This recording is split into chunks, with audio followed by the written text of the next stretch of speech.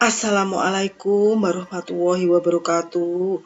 Berjumpa lagi dengan saya, Siti Umi Fitriyah, guru SMP Negeri 8 Salatiga. Pada kesempatan kali ini saya masih sama ingin memberikan materi ya, request dari seseorang ini ya. Kemarin sudah zat adiktif, sekarang kelanjutannya yaitu psikotropika karena ini menjadi satu bab, yaitu bab zat aditif dan psikotropika. Mohon maaf bila nanti dalam penyampaian saya sumbernya adalah buku paket dari Kemdikbud ya, sehingga nanti kalau ada kesalahan kami mohon dimaafkan. Langsung saja kita mulai ya pembahasan mengenai psikotropika. Sebelumnya yang minta dukungannya, yang belum subscribe, like dan komen pada channel saya mohon bantuannya untuk subscribe, like dan komen ya. Karena apa? Biar kami tambah semangat dalam membuat video pembelajaran request dari murid-murid kami. Terima kasih. Psikotropika masih jadi satu bab dengan zat aditif, sehingga ini adalah kelanjutannya. Jadi KD-nya masih KD yang sama, yaitu 3.6, menjelaskan psikotropika dan dampaknya bagi kesehatan.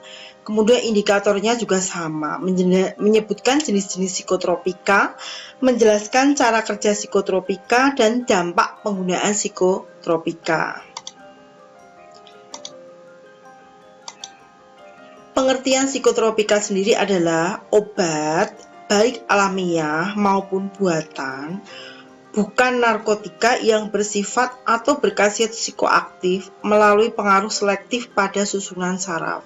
Jadi memang ini mempengaruhi susunan saraf kita, sehingga ini termasuk yang dilarang oleh pemerintah.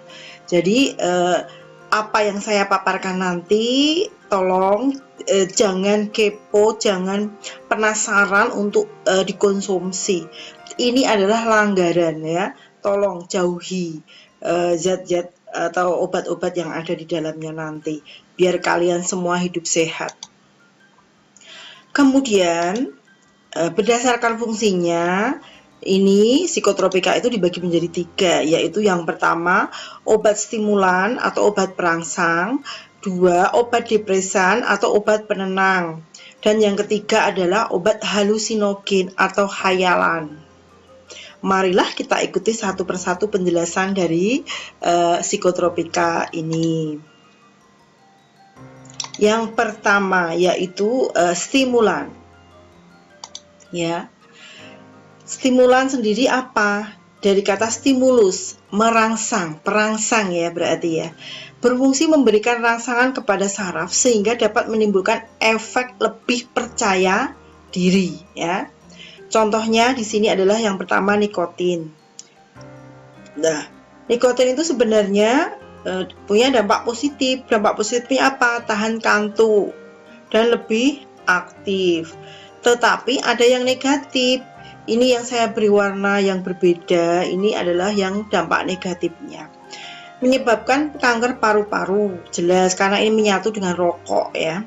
Kemudian penyempitan pembuluh darah, penyakit jantung dan tekanan darah tinggi. Sedang yang kedua yaitu kafein. Kita tahu orang minum kopi itu tujuannya biar nggak ngantuk kan. Nah itu memang salah satu fungsi kafein adalah agar tidak ngantuk. Karena kafein merupakan stimulus yang mampu meningkatkan kerja otak, itu positifnya. Tapi negatifnya juga lebih berbahaya, yaitu apa? Gangguan pencernaan, sakit kepala, dan kelelahan. Selanjutnya yaitu amfetamin, menimbulkan rasa segar dan penuh energi untuk mengurangi rasa kantuk. Itu memang dampak positifnya. Tetapi dampak negatifnya coba dilihat. Perasaan fly, terbang ya. Gangguan jiwa. Nah, gangguan jiwa kan bisa dianggap gila kan? Nah, pembuluh darah otak pecah, bisa menyebabkan stroke, terakhir gagal jantung, dan terakhir akibat yang paling parah adalah kematian. Jadi antara positif dan negatifnya itu ternyata kan lebih banyak negatifnya, sehingga dilarang oleh pemerintah ya. Kemudian selanjutnya yaitu kokain. Positifnya apa? Meningkatkan aktivitas otak atau fungsi organ tubuh.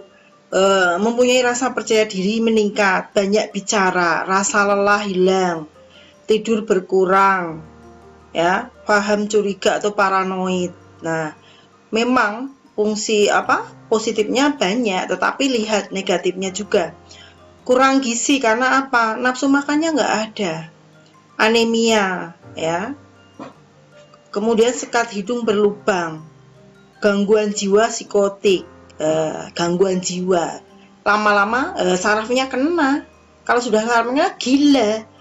Masa generasi muda Indonesia mau jadi mengalami gangguan jiwa alias gila? Jangan sampai ya.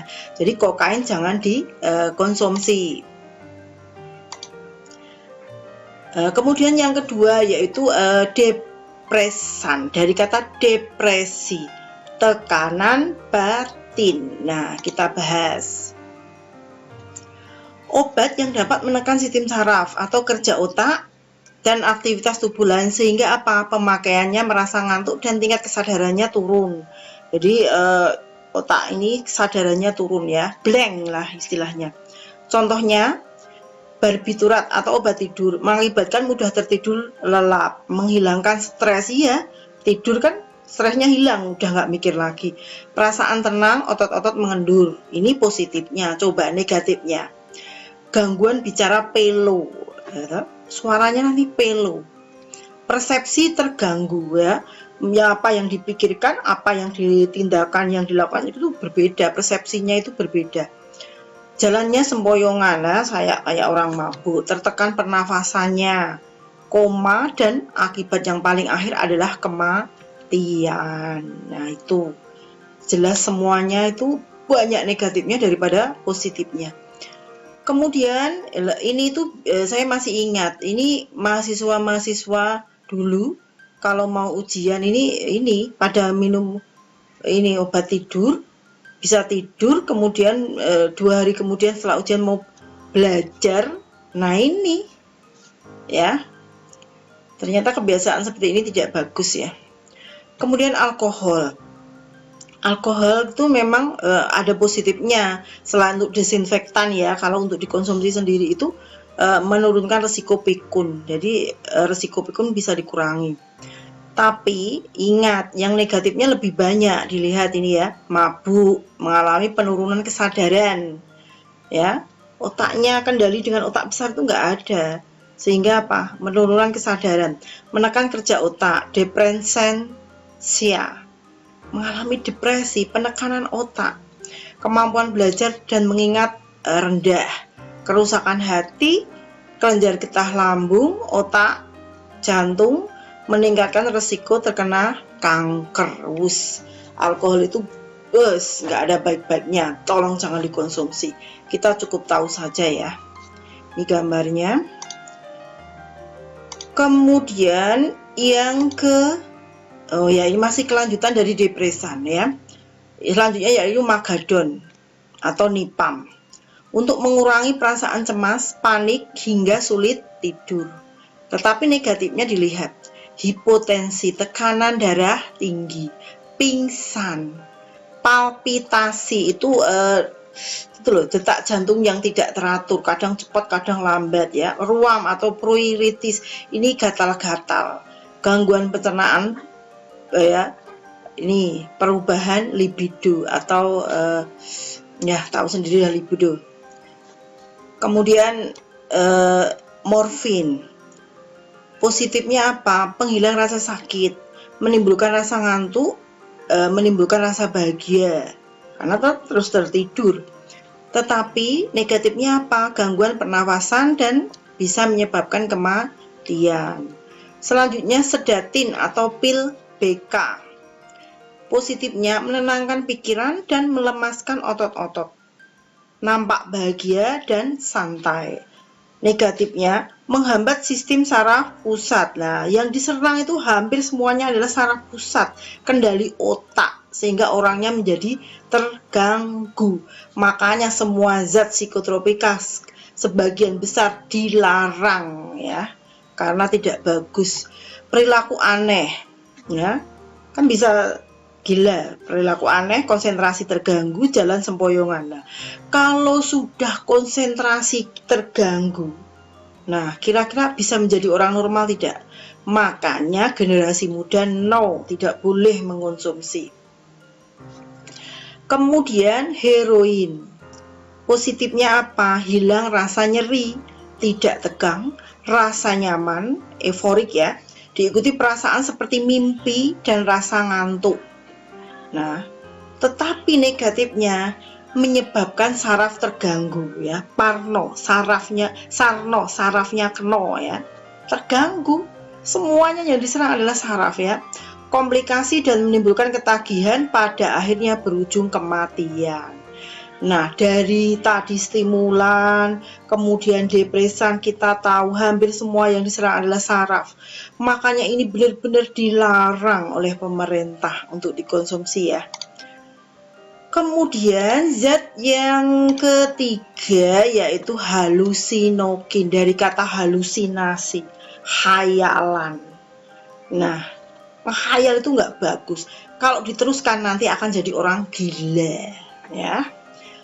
Pengertiannya sendiri apa? Obat yang dapat membelokkan pikiran pemakainya. Ya, kelihatannya bagus, ternyata jelek. Kelihatannya dekat, ternyata jauh. Dan seterusnya ya. Obat halusinogen merupakan obat yang dapat menimbulkan halusinasi, yaitu mendengar atau melihat sesuatu yang tidak nyata. Bayangkan, khayal ya. Contohnya adalah LSD, lysergic acid ditilamid ya, meningkatkan kemampuan berpikir dan halusinasi, merubah suasana hati, memengaruhi mentalnya. Saat mengkonsumsi memang saat itu langsung berhalusinasi, suasana hatinya jadi berubah. Tetapi, nah efek sampingnya ini, pandangan kabur, kram jantung, gangguan persepsi, distorsi waktu. Maksudnya itu tidak bisa membedakan waktu ini tuh siang atau malam atau pagi, itu enggak, taunya ya saat itu, padahal sudah berganti hari. Jadi bahaya sekali ada orang mengonsumsi LSD ya. Kemudian LSA, lysergic acid amid ya, merasakan sensasi menghayal yang indah-indah, padahal jauh dari kenyataan. Seperti yang saya bilang tadi, lama-lama kalau diteruskan jadi orang gila. Nah, menghayal, ini negatifnya, menghayal, membayangkan hal yang sebenarnya tidak ada. Lah ini menakutkan kalau khayalannya itu kemudian kita setelah bangun dari khayalan, apa yang dihayalkan tidak jadi nyata. Wah, bahaya, bisa ngamuk ya. Selanjutnya masih mengenai halusinogen, ini ada psilocybin atau magic mushroom ya, jamur ya, atau orang menyebutnya jamur letong ini ya, mengubah pola pikir mirip LSD, meredakan depresi dan gangguan cemas. Nah, tetapi efeknya apa? Halusinasi visual dan mental pada mabuk ya. Kemudian meskalin, perasaan bahagia. Negatifnya mengalami halusinasi pendengaran dan penglihatan, sesak nafas.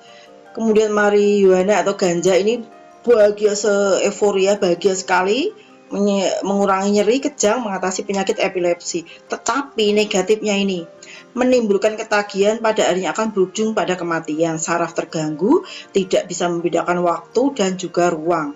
Lama dikira sebentar, jauh dikira dekat.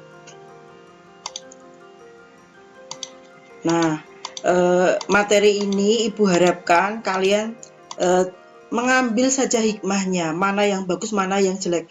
Dan tolong sekali jangan pernah kalian penasaran untuk mengonsumsi. Tidak boleh ya.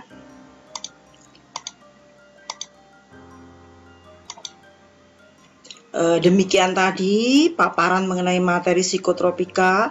Mohon maaf jika dalam memaparkan kami salah kata. Kami hanya berpedoman pada buku Kemdikbud revisi tahun 2017, tepatnya buku siswa.